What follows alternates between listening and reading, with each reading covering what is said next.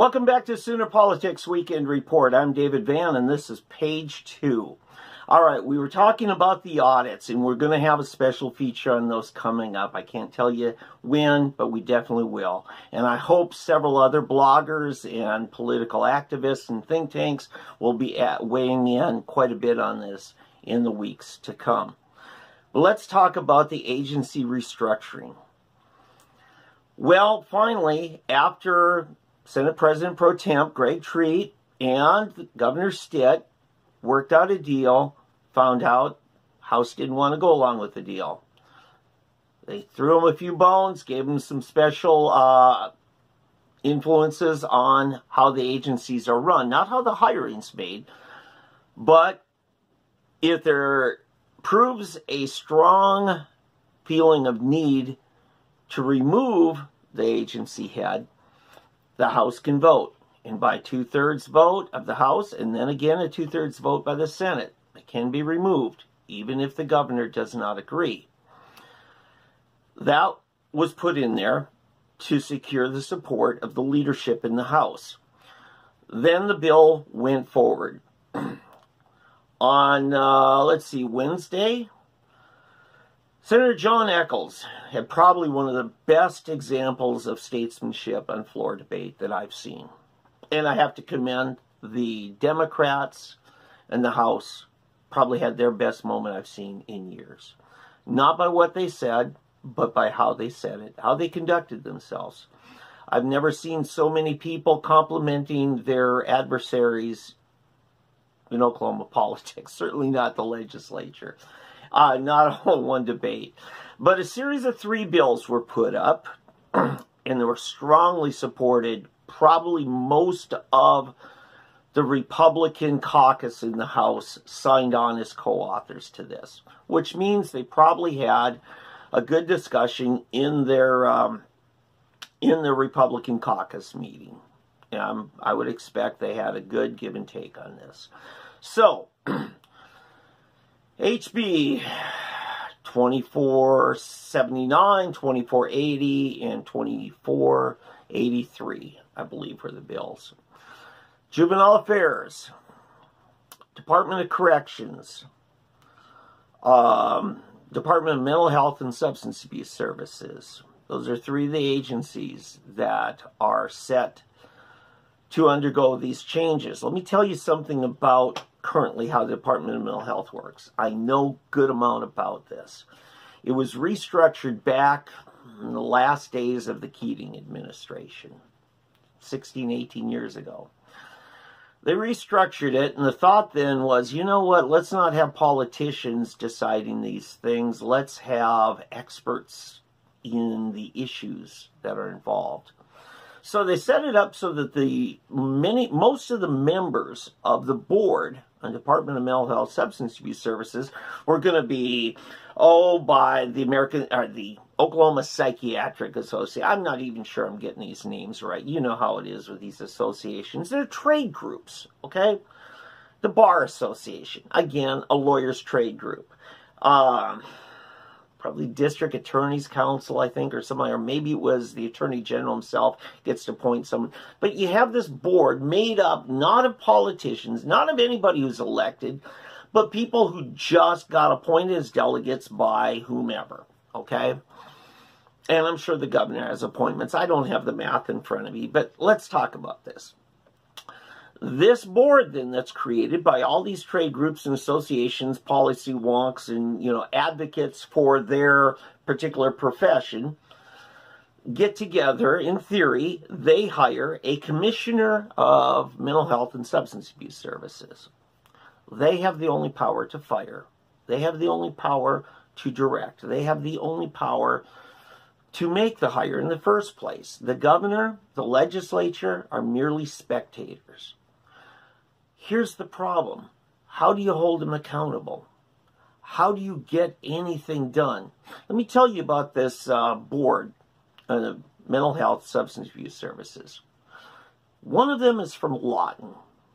That's important because that one is the only member of the board who is not from the Oklahoma City metro area. There's nobody from the eastern side of Oklahoma. So let's talk about something that happened a couple years ago. A couple of years ago, I had an opportunity to meet with the top leadership of the Department of Mental Health. And I had a few people come with me. And I had Commissioner Terry White's attention for a good 2.5 hours. And we went through grievance after grievance after grievance. I asked her, I said,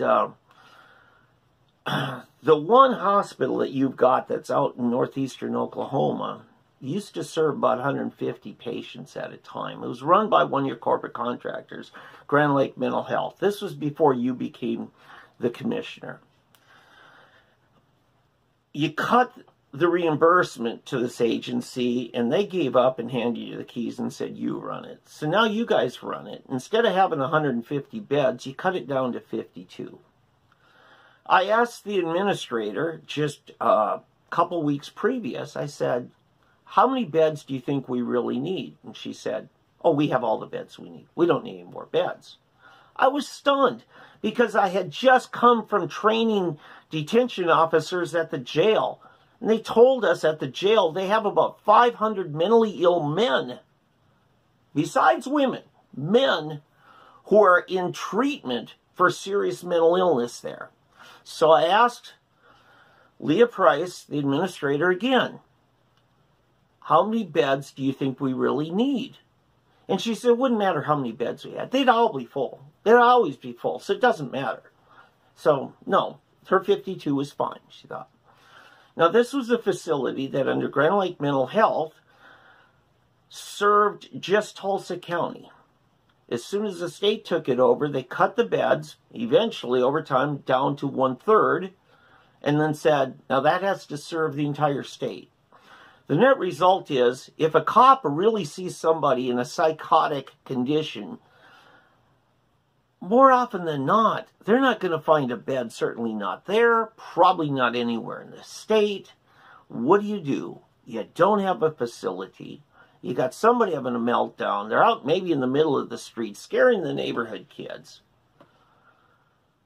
More often than not, the cop, and I'm not going to disparage their intentions, they know there's a jail, and they want to believe that jail can be the hospital they need it to be for this person. So they arrest him.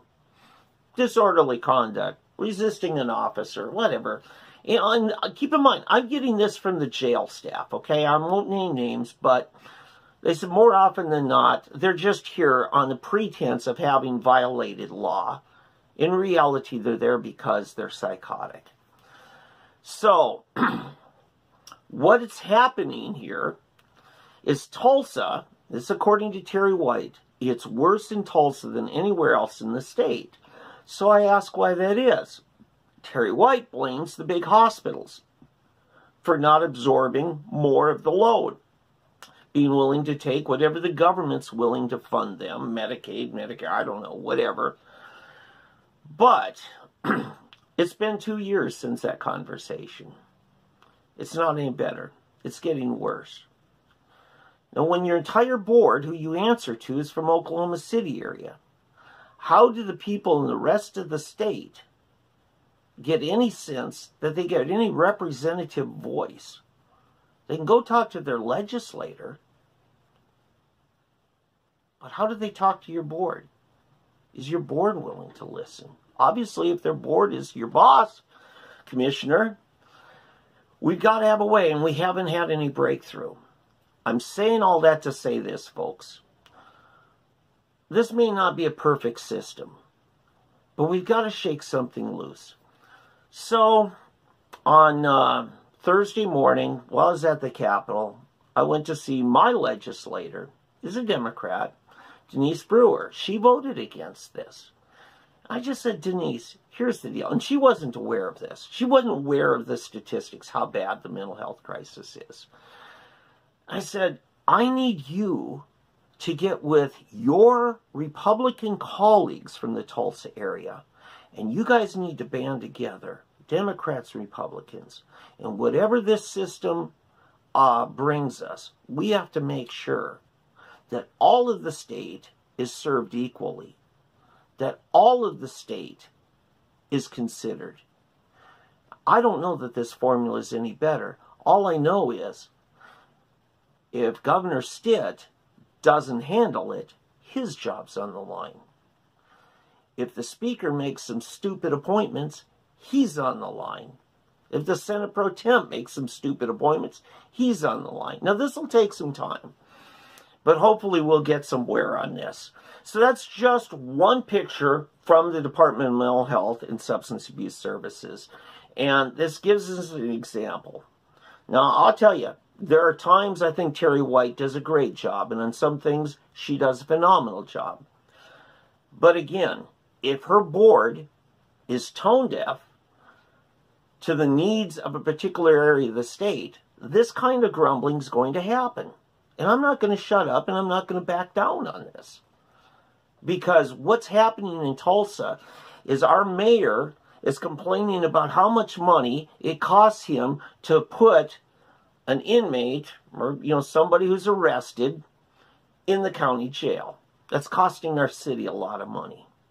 Our county jail we just had a bond issue, $15 million, because we had to build a mental health hospital in our jail because 1/3 of the people in our jail had serious mental illness.